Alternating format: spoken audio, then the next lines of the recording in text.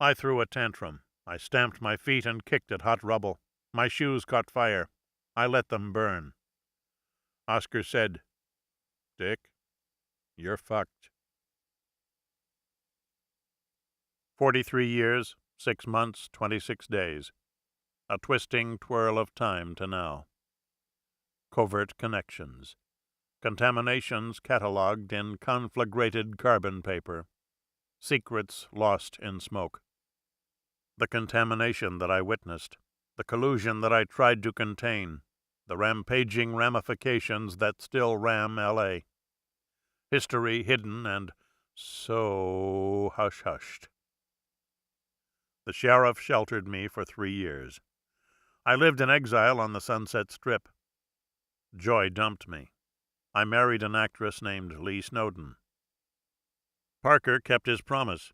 He did not visit violence upon me or mine. He did not sell slaves to Bad Boy Batista. He did not imprison the impecunious.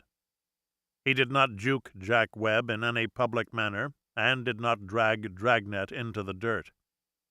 He dramatically drove Fred Otash out of the LAPD. Dragnet dragged on for 5 more seasons. Fredo became a private eye. He shagged shit and skimmed skinny from 1,000 insider informants. He brokered abortions. He set up dryouts and dope cures. He sold pictures of Rock Hudson with a dick in his mouth. He doped a racehorse in '59 and almost did time. He died old and rich in 1992. Heart attack.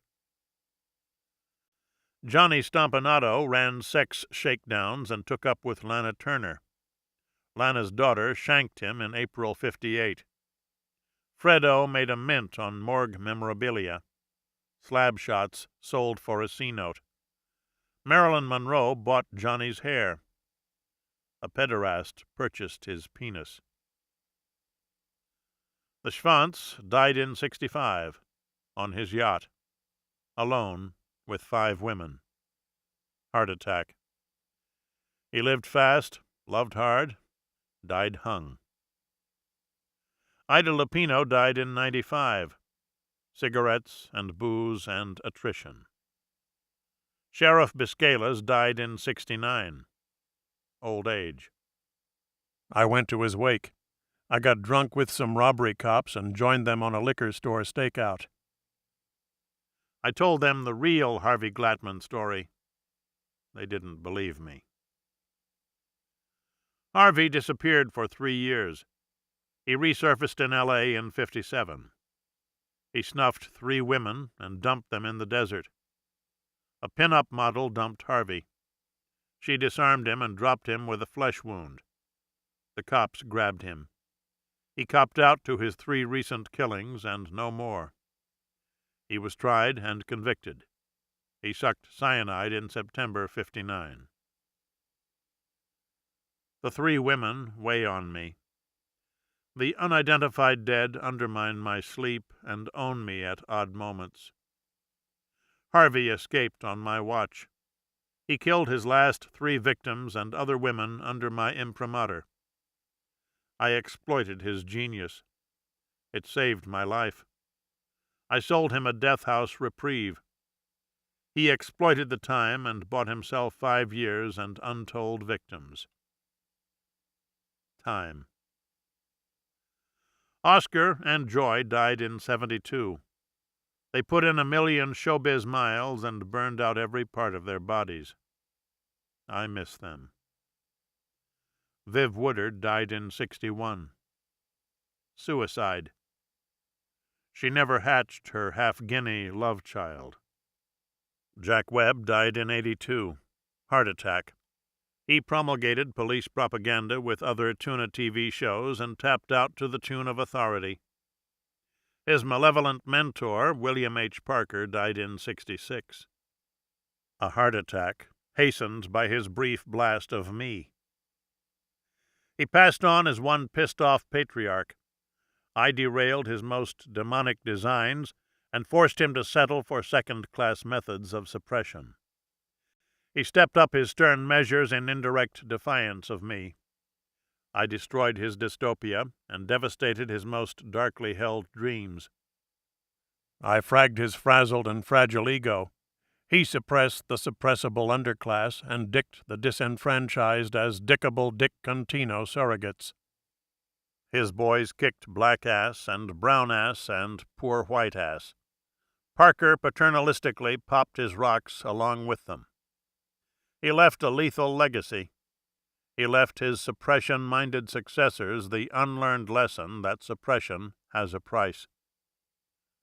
Rodney King, the '92 riots, the repellent and radically race-ratified O.J. Simpson verdict, the twisting twirl of time. Back to 1954, and me. I never resurrected my career. I banged my box and made maintenance money and raised 3 kids. My draft dodger drama dogged me and diverted my audience. My wife died in '82. Cancer. I'm 67 now. I'm healthy. I live in Las Vegas and work lounge gigs. I chase women. Women chase me. I chase the twisting twirl back to then. My fear flared and flowed then to now. My patented post-passive rages popped once in a billion blue moons. I mainlined my way into madness and meandered out with more mini-myths. I've mentioned this aforetold myth to 1 million myth-hungry people. They don't accept my secret history. They tell me the players are dead and unable to confirm or refute. They point to my genetic link to Alzheimer's disease. They tell me I'm lying. They say I'm wrong. They say it's a fever dream. They get frenetically frustrated and say, no, no, no.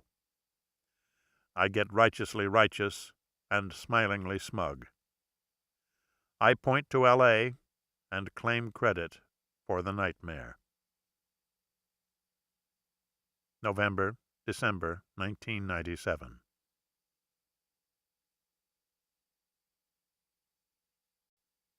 Part 4. L.A. Sex, Glitz, and Greed. The Seduction of O.J. Simpson. This piece was written prior to the verdict in the O.J. Simpson trial. The Simpson-Goldman snuffs are recognizably prosaic. Subtract the accused killer's celebrity and showbiz milieu, and you've got a spur-of-the-moment whack-out equally indigenous to Watts, Pacoima, and Dog-Dick, Delaware. The intersection of fame, extreme good looks, and pervasive media coverage has blasted a common double-slash job to the top of the pantheonic police blotter of our minds. The Leopold Loeb, Wiley Hoffert, and Manson family cases, replete with complex investigations and psychological underpinnings emblematic of their time, cannot compete with the Simpson Trinity. A botched hack-and-run caper has become the crime of the century. On Sunday, June 12, 1994, O.J. Simpson did, or did not, drive to his ex-wife Nicole Brown Simpson's pad and slaughter her and a young man named Ronald Goldman. He did or did not wear gloves and a ski mask. He did or did not butcher his victims with a bone-handled knife, a bayonet, or an entrenching tool. He did or did not split the scene and drive to his own home a few minutes away. Nicole Brown Simpson was or was not a devoted mother, a cocaine addict, and an airheaded party girl. She was or was not an anorexic, a bulimic, or a nymphomaniac given to picking up men at a Brentwood espresso pit. The minutiae of her life can be compiled and collated to confirm to almost any sleazy thesis. She is most unambiguously defined by this heavily documented fact. O.J. Simpson beat the shit out of her over the last 5 years of her life. Ron Goldman was either a waiter who wanted to be an actor, or an actor working as a waiter. a very common L.A. job euphemism. He was or was not Nicole Simpson's lover. He did or did not borrow Nicole's Ferrari on occasion, which did or did not piss off O.J. no end. Forensic evidence indicates that Goldman fought very hard for his life. Forensic evidence is utilized to supersede interpretation and conjecture through the application of impartial, empirically valid scientific methods. Forensic evidence is used to place suspected felons at crime scenes. Forensic evidence is a counterweight to gooey pleas for mitigation. The gathering of forensic evidence is a conscious search for the truth. So are legitimate attempts to debunk scientific fallacies and sloppy applications of long-established forensic procedures. The analysis of forensic evidence may prove to be the adjudicating bottom line in the O.J. Simpson case. The flip side might be logical chaos, a verdict or the absence of a verdict spawned by the numbingly protracted cross-media extravaganza that has deluged all would-be jurors, and indeed the entire American public, with an accretion of contradictory details both densely pertinent and superfluous. A huge shitstorm of information, misinformation, innuendo, and disingenuously reported rebop that backs you into a corner like a date rapist you can never escape until you shut down your electronic and printed page access to the world, move to the South Pole, and start fucking penguins. O.J. did or did not shed his own blood outside Nicole's pad. He returned from an overnight trip to Chicago sporting a fresh cut, which might have been caused by his slamming down a glass upon hearing the news of his ex-wife's death, or might have been caused by his slashing at the woman a bit too close to his free hand. Blood trajectories are primarily matters of forensic and hard legal concern. They lack the mass-market appeal inherent to hearsay accounts of an attractive woman's sex life and attempts to portray a career misogynist as a lost brother to the Scottsboro Boys. And until the blood-oozing interactive O.J. CD-ROM hit stores, we just might have to view where that blood was spilled as a literal indication of Mr. Simpson's guilt or innocence. A niggling restriction to keep us tenuously open-minded as data rains down and inundates us. The O.J. Simpson case is a gigantic Russian novel set in L.A. The extravaganza occurred in L.A. because the major characters wanted to suck the giant poisoned cock of the entertainment industry. It's a novel of metamorphoses, because L.A. is where you go when you want to be somebody else. It happened in L.A. because it's the best place on earth to get breast and penis enlargements. It happened in the Brentwood part of L.A. because homelessness, crack addiction, and other outward signs of despair appear at a minimum there. O.J. Simpson wanted to be white. Ron Goldman wanted to be an actor. An equally ridiculous ambition. Nicole wanted a groovy fast lane and the second-hand celebrity that comes with fucking famous men. Her second-tier status extended to her death. She became the blank page that pundits used to explicate her husband's long journey of suppression. Nicole bought a ticket to ride. The price was nakedly apparent long before she died. Her face was pinched and crimped at the edges. Too pert features held too taut and compressed by too many bouts with cocaine, too many compulsive gym workouts, and too much time given over to maintaining a cosmetic front. Her beauty was not the beach bunny perfection revered by stupid young men and the man who may or may not have murdered her. The physical force of Nicole Brown Simpson is the glaze of desiccation writ large on her face. The lines starting to form might have been caused by inchoate inner struggles, or the simple process of aging, or a growingly articulate sense that she had boxed herself into an inescapable corner of obsessive male desire, random male desire, and a life of indebtedness to things meretricious and shallow. Nicole's relationship with O.J. was deceptive and collusive from the start. He bought the hot blonde that 50 years of pop culture told him he should groove on, and an unformed psyche that adapted to his policy of one-way monogamy.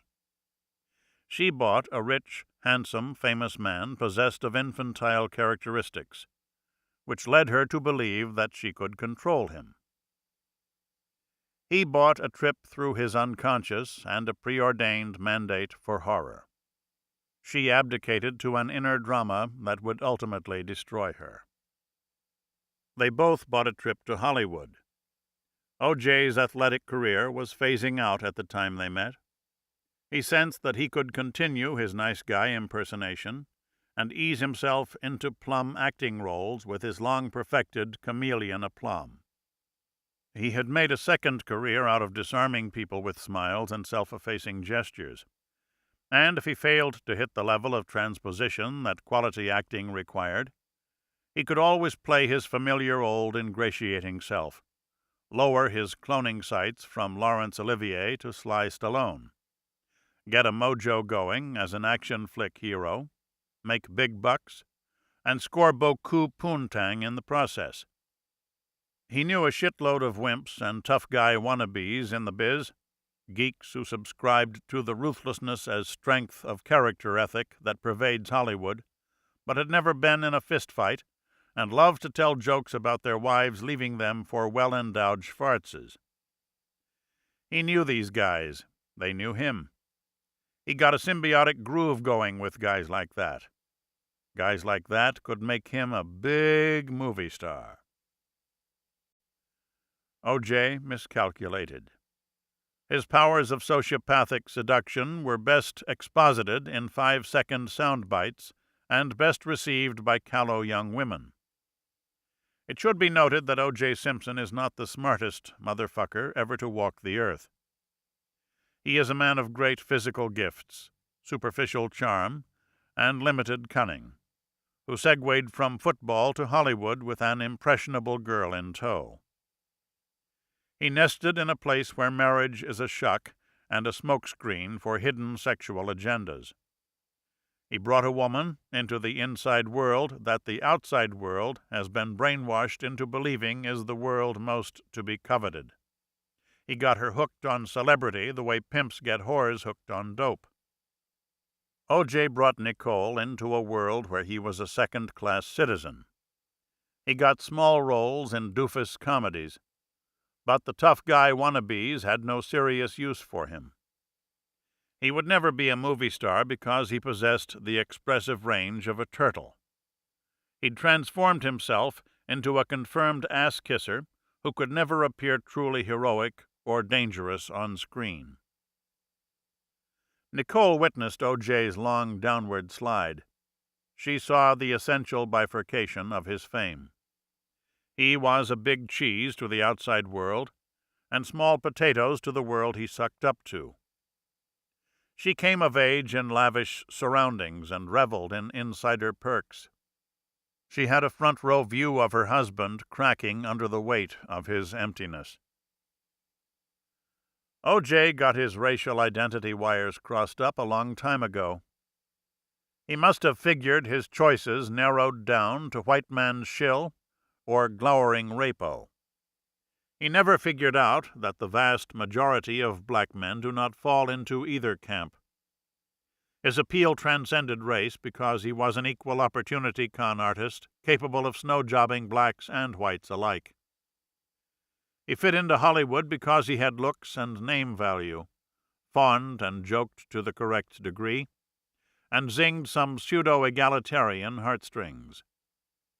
If his trial becomes a referendum on African-American rage and its inevitable consequences, a minute cause-and-effect examination of his life will reveal no overt instances of personality-forming trauma directly attributable to specific acts of white racism.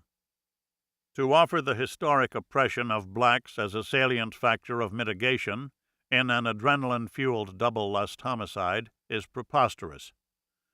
O.J. Simpson will have truly transcended race at that moment when blacks and whites get together and recognize him as a cowardly piece of shit who may or may not have murdered 2 innocent people and left 2 black and white children devastated for the rest of their lives.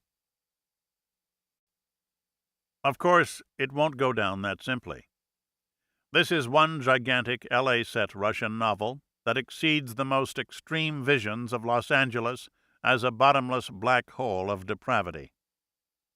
This is a bottomless meditation on celebrity that will not eclipse until someone more famous than O.J. Simpson is accused of murdering 2 people sexier than Nicole Brown Simpson and Ron Goldman in a considerably more outre manner. This is a story told in 1,000 voices, one of those microcosmic, kaleidoscopic, multi-viewpoint jobs that sum up a time and place with interlocking subplots that go on forever. This novel teems with grotesque characters and roils with unhinged incidents. The multimedia creators of this novel are grateful for the opportunity to regroup in the wake of a major disappointment. The Michael Jackson scandal diminuendoed before they got the chance to exploit its full sleaze potential and work up a hypocritical load of bile over the plight of butt-fucked children. They've got their teeth in the O.J. case now. They're pit bulls with a standing order for more. And verisimilitude and dramatic viability outgun outright veracity as the criteria for determining the thrust of their reportage. Thus, a long-time informant who says he heard 2 white men do the snuffs gets screaming national coverage before being dismissed with footnote-like shrugs. Thus, A.C. Cowlings cavorting at a porno industry wingding militates against O.J. with an inference of check this low-life jungle bunny out. Thus, Valley Girl model Tiffany Starr, pitching a boo-hoo number about her 2-date relationship with Ron Goldman, implies that any man who'd pour the pork to this bimbo deserved to get whacked. Thus, freedom of speech has given us a hybrid extravaganza that rests somewhere between haphazardly proffered obfuscation and willfully evolved fiction. The exploitability of the case intersected with the ascendance of tabloid television and created a phenomenon of great magnitude. And to censor it or attempt to curtail it in any manner would be unconscionable. The O.J. Simpson case is a collective work of performance art that has to play itself out before it can be assessed, structured, deconstructed, and dissected for moral meaning. It may boil down to issues of public disclosure and legal ethics. It may boil down to an outcry for journalistic circumspection and objectivity at all costs.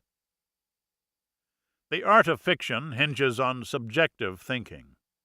Novelists must assume the perspectives of many different characters. Some months ago, the Simpson defense team assumed O.J.'s perspective and realized that their client was flubbing his performance as an innocent man unjustly accused.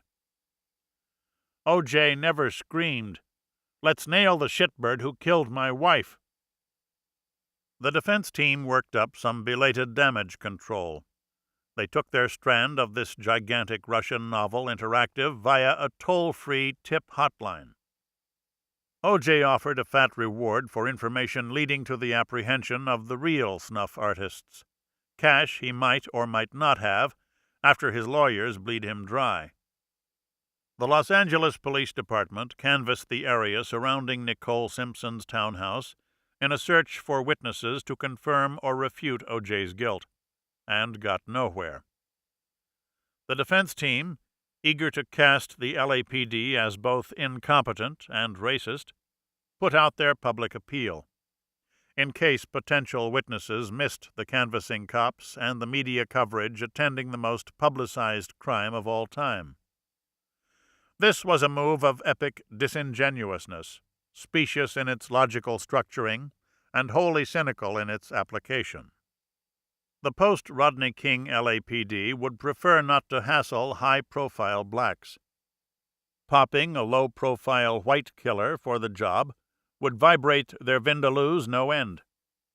The Simpson defense team understands the tortured history of the LAPD and Los Angeles blacks, both its historical validity and the level of justified and irrational paranoia that it has produced.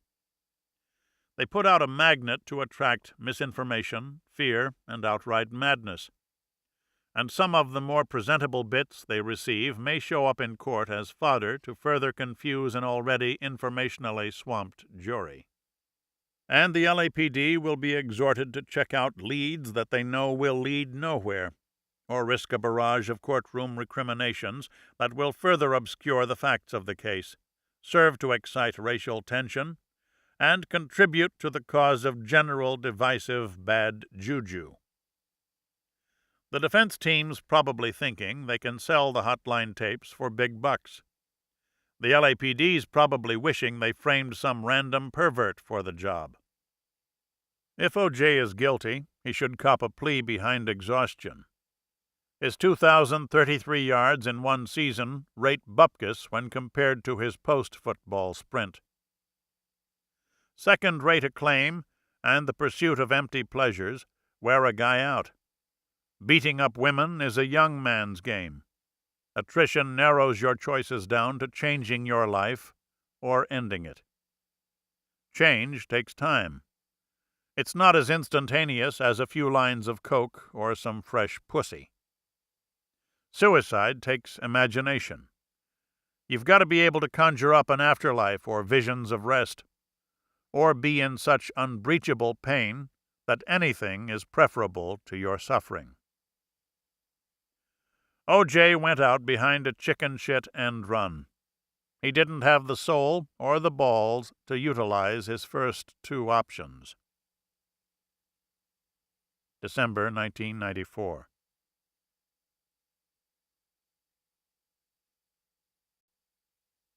The Tooth of Crime. Captain Dan Burt looks and talks like an enlightened, fast-track Republican. He's mid-sized, tan, and groomed. If he wasn't running the Los Angeles County Sheriff's Homicide Bureau, he'd be saving America from both Bill Clinton and the right-wing yahoos within his own party. He knows how to talk, inspire loyalty, and wear a dark blue suit. Today he's riffing on the Simpson case and its lessons for homicide detectives. 6 team heads and 2 administrative aides pack his office SRO. Burt says, "We can cop an attitude behind the O.J. thing, or we can learn from it. I'm glad it wasn't our case, but I want to make damn sure we all go to school on it." He's got 7 lieutenants and 1 sergeant by the short hairs. He lays out a dizzying spiel on crime scene containment, evidence chains, and the need to recognize the media magnitude of celebrity murders at the outset, think them through from an adversarial attorney's perspective, and evaluate and define every investigatory aspect as they progress. The pitch is tight and inside, with a slow-breaking kicker. The LAPD took the grief on this one, and we reaped the benefit. A handsomely crafted ceramic bulldog sits on a table beside the captain's desk, replete with a sheriff's homicide baseball cap and a rubber turd behind its ass. Burt pats the beast and wraps up the briefing. This unit has flourished because we've made an effort to stay open-minded and learn from our mistakes.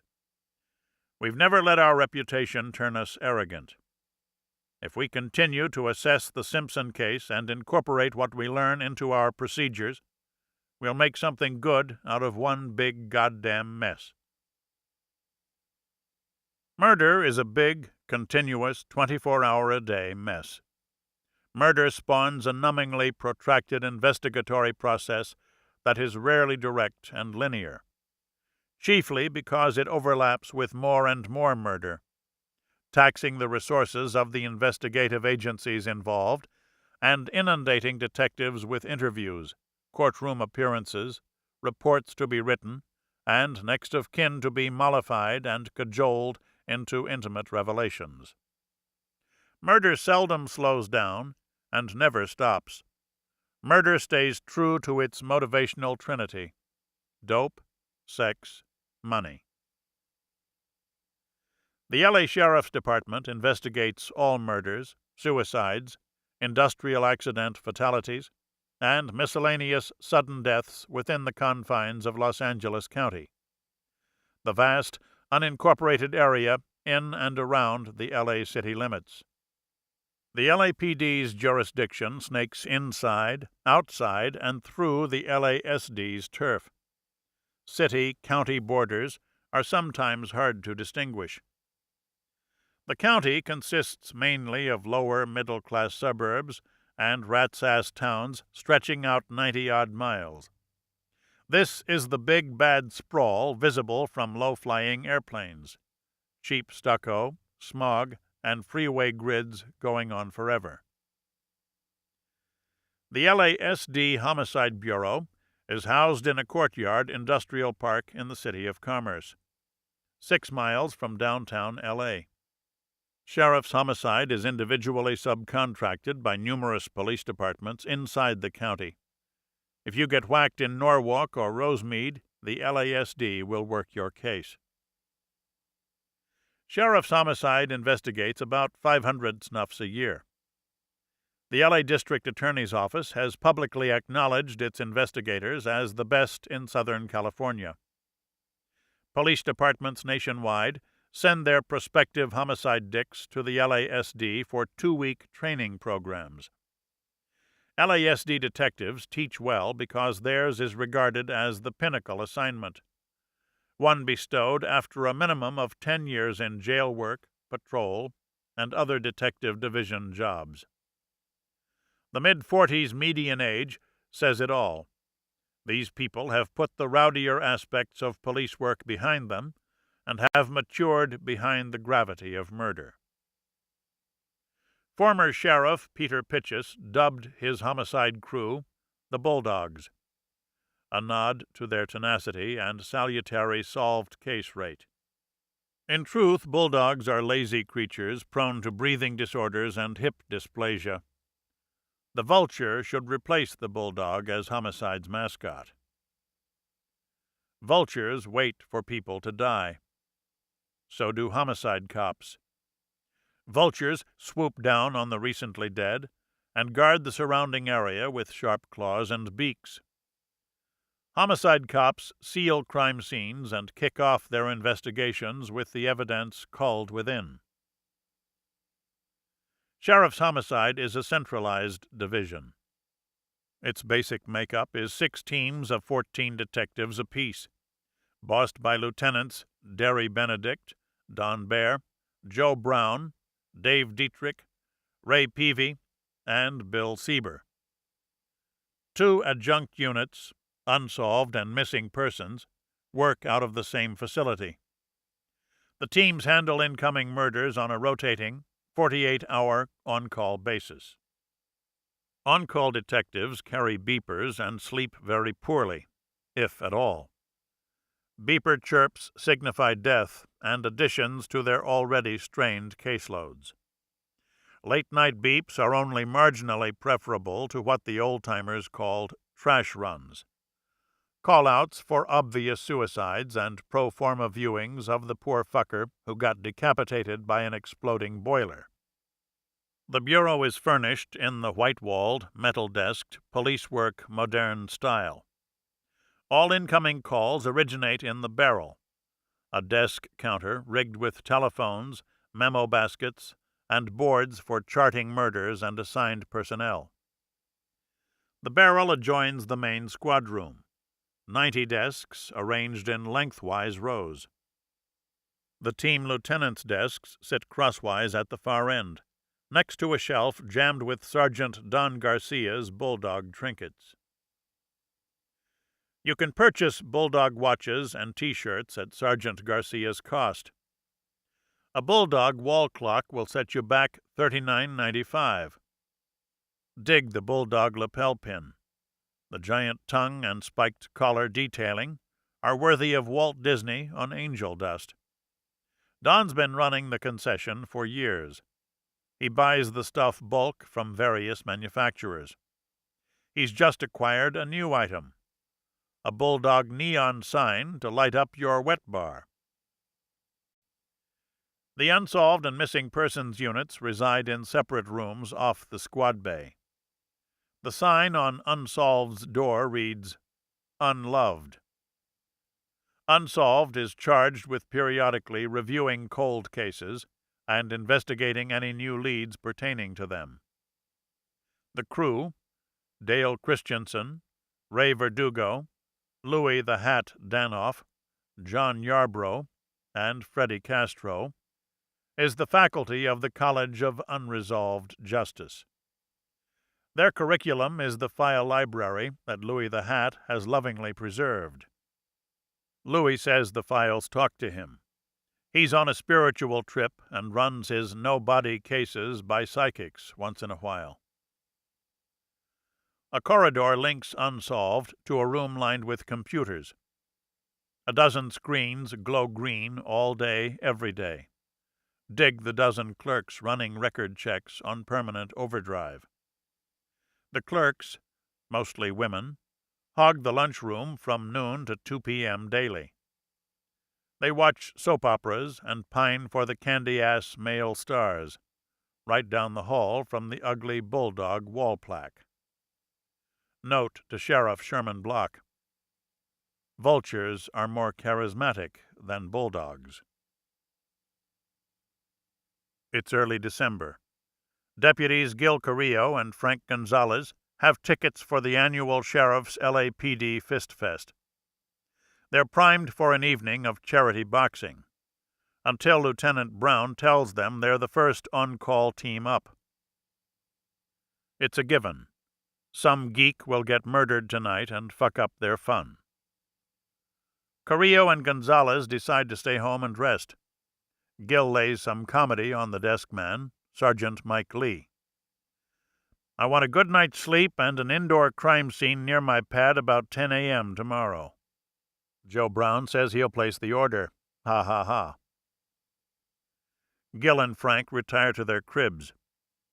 Gil's about 6'3" and massively broad. The earth shakes whenever he walks.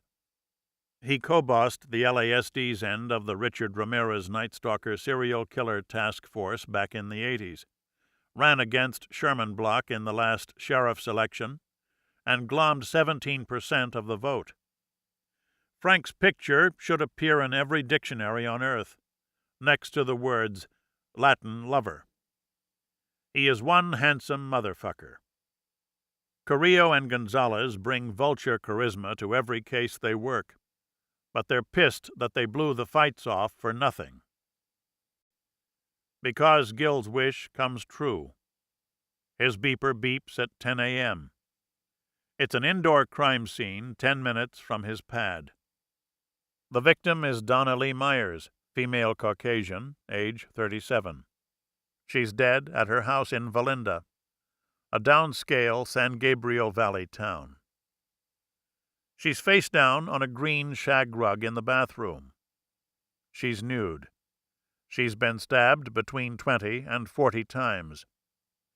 Defensive wounds on her hands and arms indicate an extended struggle with her killer. Patrol deputies responded to the 911 call. The informant was Donna Lee Myers' father. He came to pick up his 3-year-old grandson and found the back door unlocked and the house filled with gas fumes. The boy coughed and led him to the body.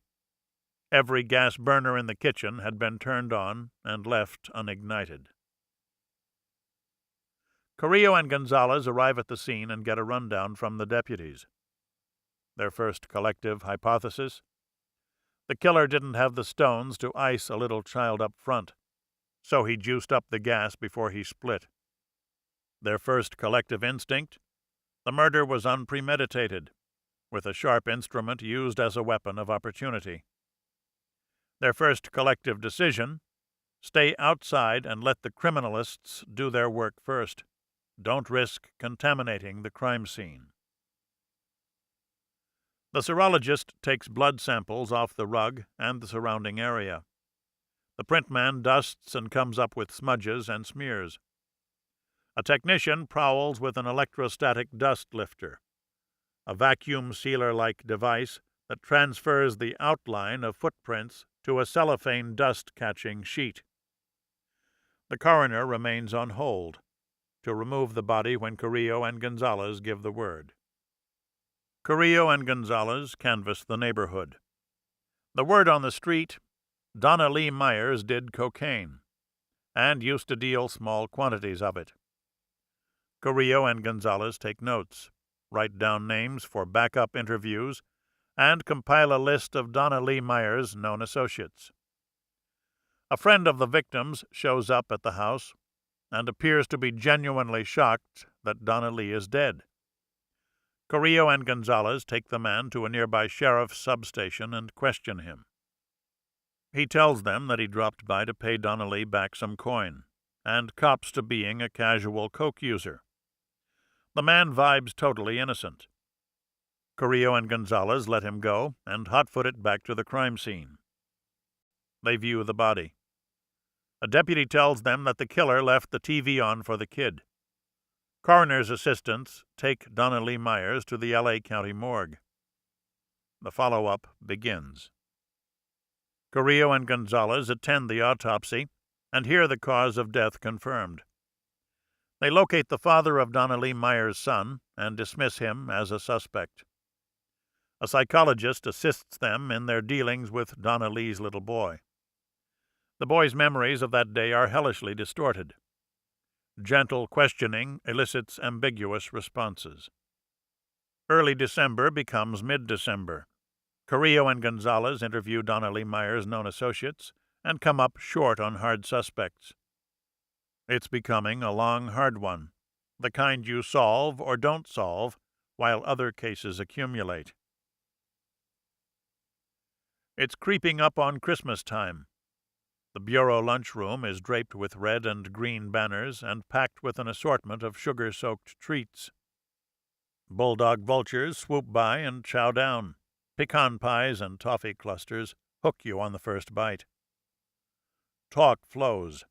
Food disappears. 1994 is winding down in a swirl of rapid-fire conversation. Bill Sieber's midway through his standard epic pitch. How a friend's daughter was murdered in Olympia, Washington, and boy did the cops screw up the case. Bill's a primo monologist.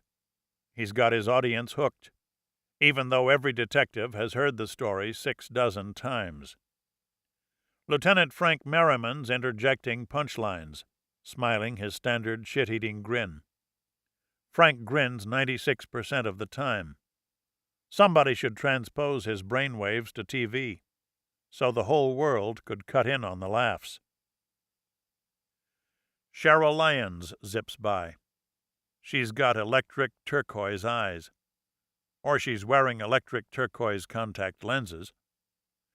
The late Jack Hoffenberg bootjacked Cheryl's persona for the female lead in his novel, The Desperate Adversaries. Cheryl, the 1973 narc, became Cheryl of the paperback pantheon. Cheryl's pensive today. Will the country notch in 8 more murders and top its all-time yearly high of 537? Ike Sabine thinks it's a lock. Ike works juvenile missing persons and must be considered a certified genius. You've seen his work on milk cartons, the photos of missing kids, and the number to call if you spot them. Ike developed the idea in cahoots with a Chicago dairyman. He got a total of 67 dairies and industrial firms to display the pics, and ran up a 70% local found rate until the public became inured to the photos. Ike's also a board-licensed mortician. He explains the allure of his moonlighting job thusly: I like to work with people. Jerome Beck lingers by the chocolate chip cookie plate. Beck was the technical advisor on the flick Dead Bang. He also wrote the story. Guess what? The director of that movie named the Don Johnson portrayed lead character Jerry Beck. Big Gil Carrillo walks in. The floor shakes. A serving bowl full of Jell-O jiggles. Gil buttonholes Louis the hat and runs the Donna Lee Myers crime scene pics by him. They discuss defensive wounds and blood spatter trajectories. Louis's got a spaced-out woman in tow, a psychic he consults every so often. They call him the Hat because he always wears a Tyrolean pork pie with a feather in the band. If you fuck with Louis's hat, Louis will fuck with you. A few years ago, some LAPD clown snatched Louis's hat and goofed on Louis's shaved head. Louis unhesitatingly popped him in the chops. Big Gil walks off. Louis hobnobs with his psychic. Don Garcia tacks a notice to the bulletin board. Bulldog wristwatches make wonderful Christmas gifts. The computer women look pissed. All this holiday bonhomie is drowning out the volume on their soap opera. The boss is teething on the Guevara case. His ceramic bulldog is teething at the fur ball on the tip of his Santa Claus cap. Dan Burt likes to dress the beast in seasonal headwear. Ray Peavy's crew got the job. A double abduction murder way the hell out in Lancaster. Deputy Leova Anderson and Sergeant Joe Guzman caught the first squeal. One baffling whodunit. Peavy's laying out a chronology for Dan Burt. It's an informal captain's office confab. And the open door encourages kibitzers. Anderson got the initial call on Wednesday, November 30th. A body dump out in the desert. Leova drives up to Palmdale, Lancaster, and views the stiff. A male Latin with his hands, face, and crotch scorched. The victim was wrapped in a baby blanket, doused with a flammable agent, and burned. Leova picks up a strong vibe. The genital scalding indicates some sort of sex murder. Leova has to work solo for the first 72 hours. Joe Guzman, a nationally known expert on gang violence, is off giving a lecture in Texas. She knuckles down and hauls. She attends the post-mortem on Friday. The doctor pulls a bullet out of the dead man's head and tags the cause of death as a gunshot wound. He cuts the dead man's fingers off, rehydrates them, and rolls a clean set of prints. On Sunday, Leova hears a radio news broadcast. A Latin couple named Carlos and Delia Guevara have been reported missing in Lancaster. She gets another strong vibe. Her dead man is Carlos Guevara. She calls the Antelope Valley Sheriff's Missing Persons Unit.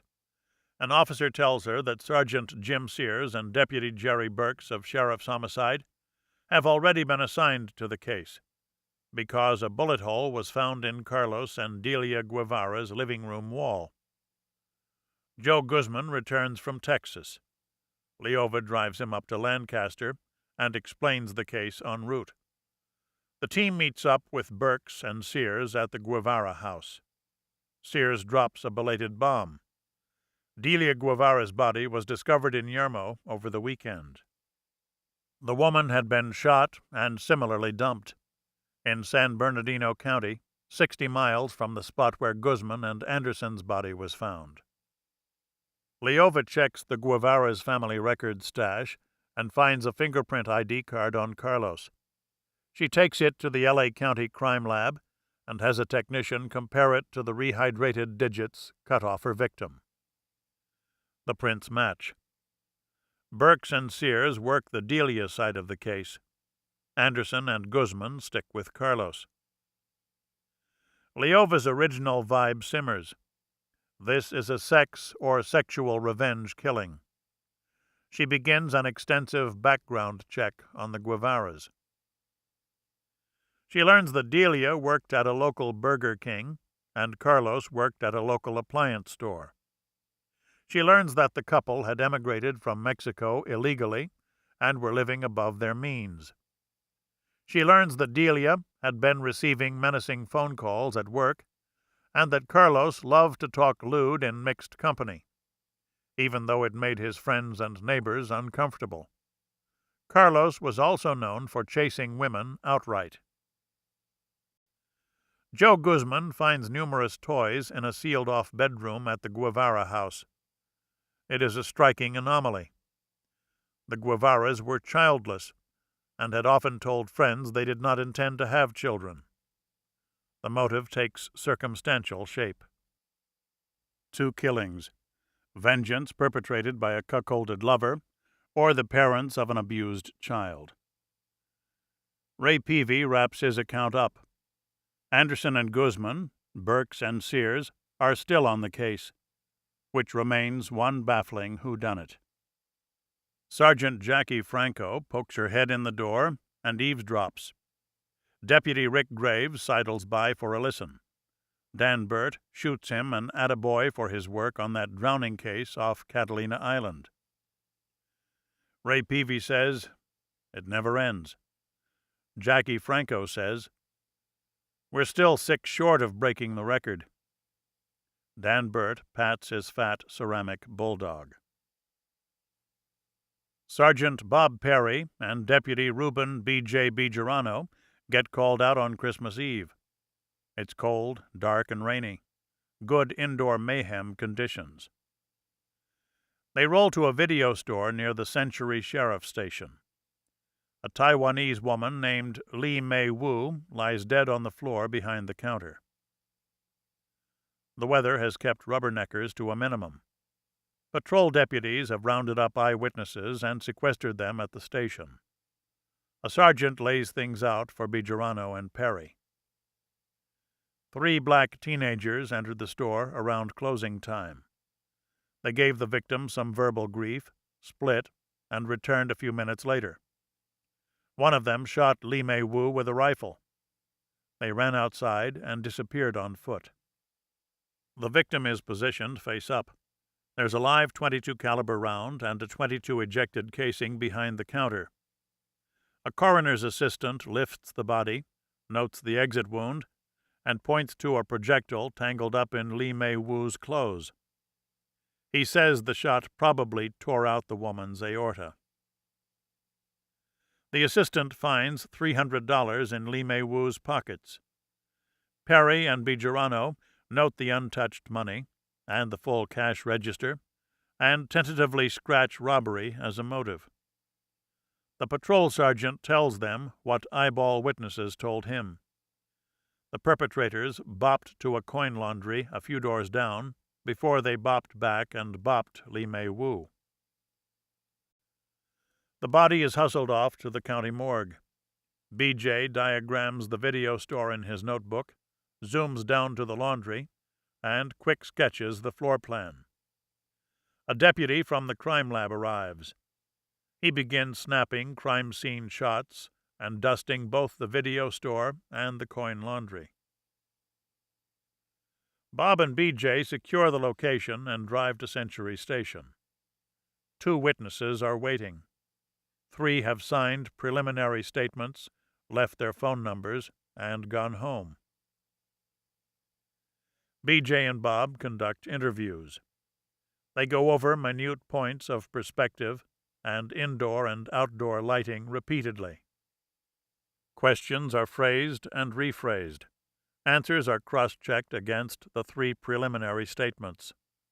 A single short narrative emerges. At 8:20 p.m., 3 black teenagers enter the video store. They behave in a raucous fashion. Lee Mei Wu tells them to leave. The kids peruse the skin flick section and touch numerous fingerprint-sustaining surfaces. They walk to the laundry, behave in a raucous fashion, return to the video store, and approach Lee Mei Wu. One boy says, "Give me your money, bitch." One boy pulls a rifle from under his clothes and shoots Lee Mei Wu. Just like that. It's Christmas morning now. Yuletide greetings, bulldogs. Your new case is senseless blasphemy on this day of peace and joyous celebration. Days pass. Bejarano and Perry work the Lee May Woo snuff. They interview 4 more witnesses and get their basic scenario confirmed. They run mugshots by the witnesses and come up empty. They run a previous incident check on the video store and hit just a little bit lucky. The place was robbed in November, while Lee May Woo was working the counter. The perpetrators, 3 black teenagers. The same kids robbed a nearby pizza joint that same November night. Lee May Woo IDs one boy as the grandson of one of her customers. Deputies went by the family pad to grab him, but Junior was long gone. BJ and Bob think the December incident report through. One fact stands out. Lee May Woo hit the silent alarm when she was robbed in November, but did not rush for it on the night of her death. She obviously did not recognize the kids as the kids who robbed her the previous month. Bejarano and Perry get their gut feeling confirmed. The murder was committed by local punks. The killers ran away on a rainy night. They didn't have a car and got soaked dispersing back to their pads.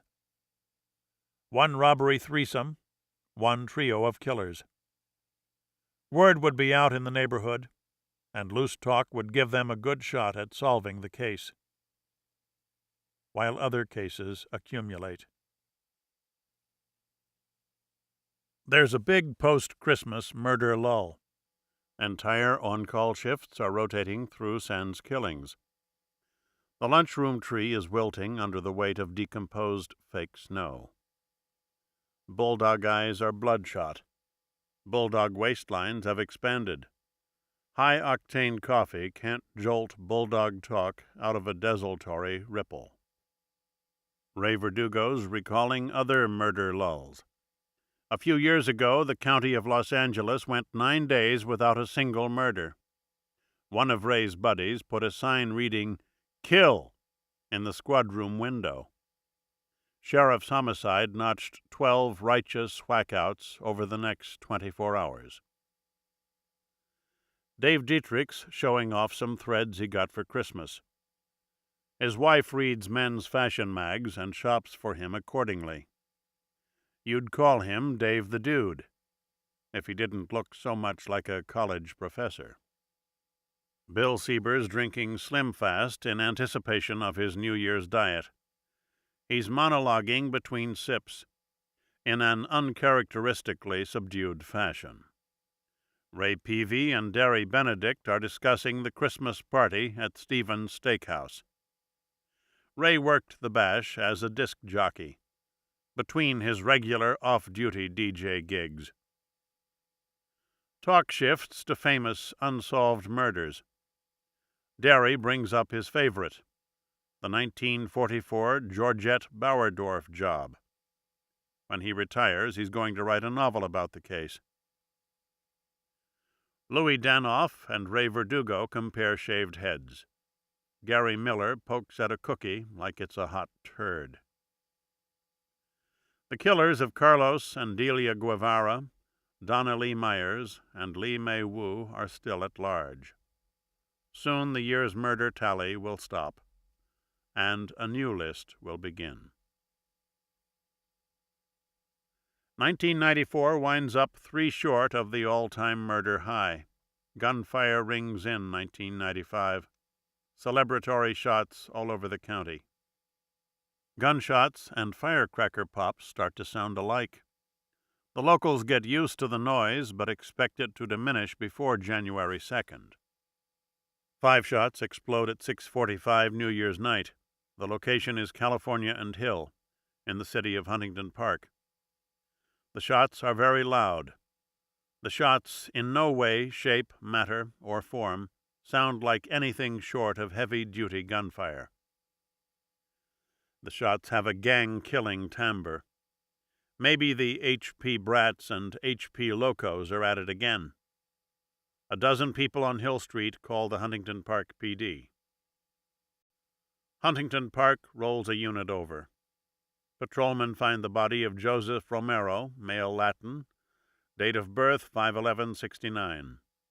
He's dead behind the wheel of his car, ripped through the torso by 5 AK-47 rounds. Spent shells rest near the curb. One round blew straight through Romero and out the driver's side door.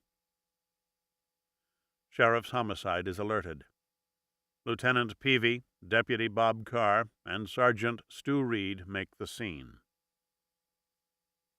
Carr and Reed are short, heavy-set, and 50-ish.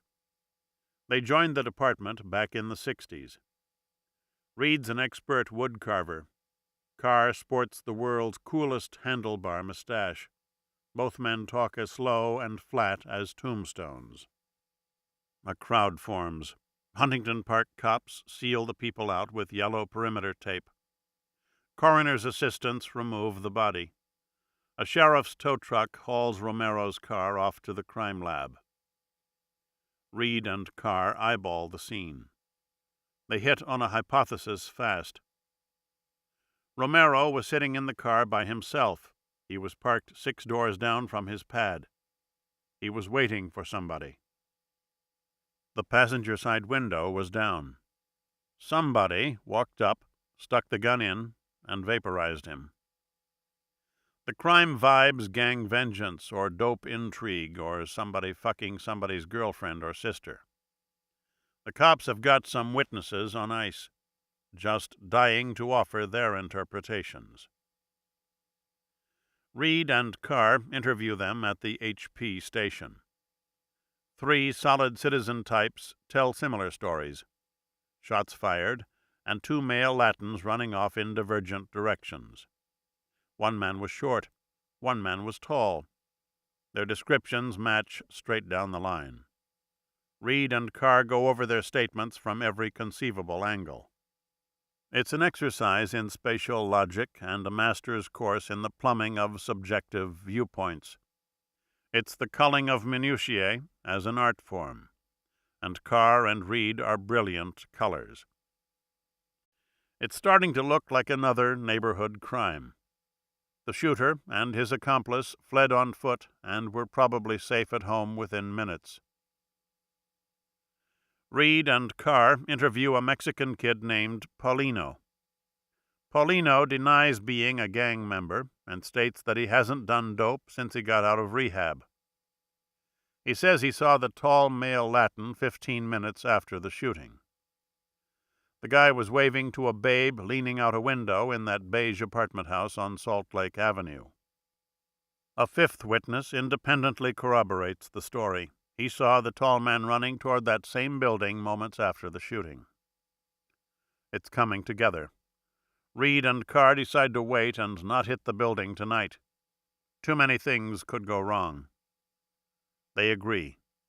Let's check with the HPPD gang squad when they come on duty. We'll find out who lives in that building and move accordingly. 3 non-eyewitnesses remain. Joseph Romero's uncle, aunt, and brother. Carr and Reed talk to them gently and phrase all intimate questions in a deferential tone. The family responds. They say Joe was a nice kid trying to put dope and gang life behind him. They supply names. Joe was tight with a dozen male Latins in the neighborhood. Reed and Carr do not mention the beige apartment house. They do not know who the family knows and might feel compelled to protect. The family leaves. Reed and Carr drive home to get a few hours' sleep. They look old and cumulatively exhausted, like they never had a chance to get caught up while murders accumulate. The holidays are over.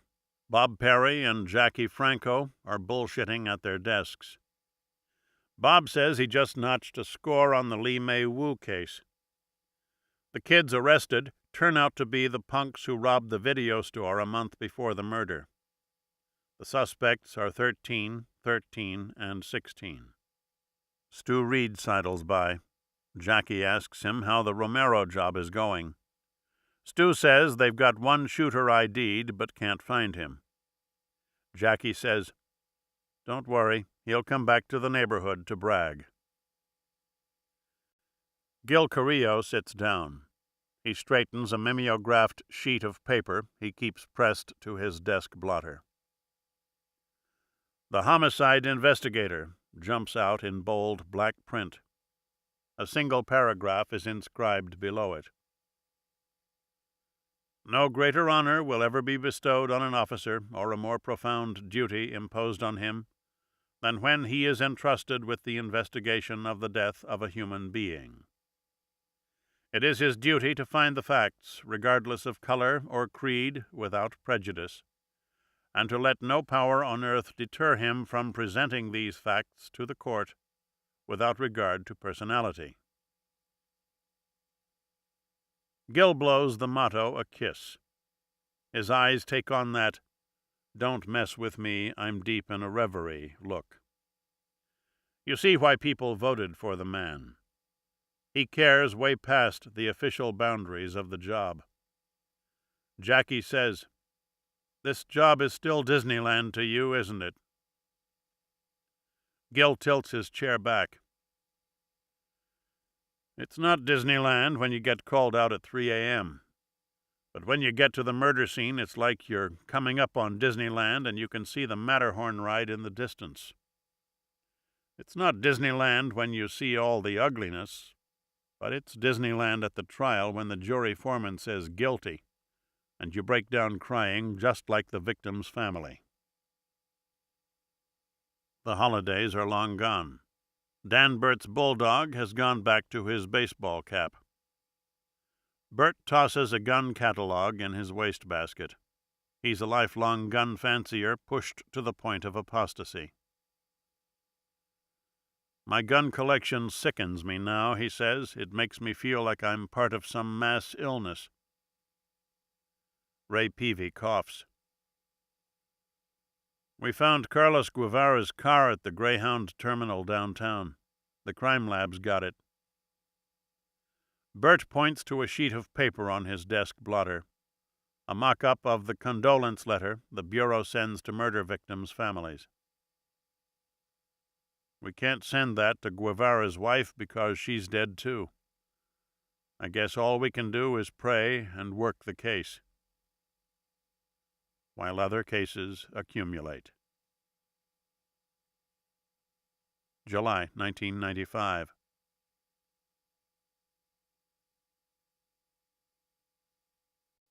Bad Boys in Tinseltown. L.A. Come on vacation? Go home on probation. Somebody dropped that line on me 25 years ago. The line dropper was not an academic or a media pundit. A street freak or an honor farm bunkmate probably shot me those words. He probably heard them on an old Mort Saul or Lenny Bruce record and passed them off as original wisdom. It's a throwaway line with a rich historical subtext and snappy implications. It's a travelogue ad for the hip, the hung, and the damned. That line implies that L.A. is a magnetic field, and that all L.A. migrations are suspect. That line indicates your desire to come to L.A. and categorizes you as an opportunist with a hidden sexual agenda. That line is a cliché and a prophecy. It foretells your brief sensual riches and your grindingly protracted fall and retreat. You can reinvent yourself en route. You can assume your desired identity and make attitude count for 1,000 times its hometown value. You can live in a community of people who came to L.A. to be somebody else and envy the few who make money at it and blow you off as a loser. You can blame your fall and retreat on the city that magnetized you and duck the issue of your own failure. People will understand and empathize.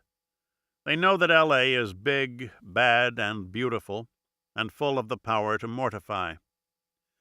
That power carries a built-in escape clause. L.A. rejects can cite it without the appearance of unseemly self-pity. The clause grants forgiveness through mitigation and holds L.A. up as a city beyond any individual's control. There's enough truth in the clause to keep anyone from questioning his desire to come to L.A. in the first place. I'm from L.A. My parents made the migration and spared me the grief of making the jaunt on my own. I possess certain L.A. migrator tendencies. I migrated east to enact them. I'm sure that my parents would have understood the move. My father arrived in the mid-30s. He was a tall, handsome guy with a gigantic schwanz and an inspired line of bullshit. He had won a few medals during World War I and hyperbolically embellished his exploits.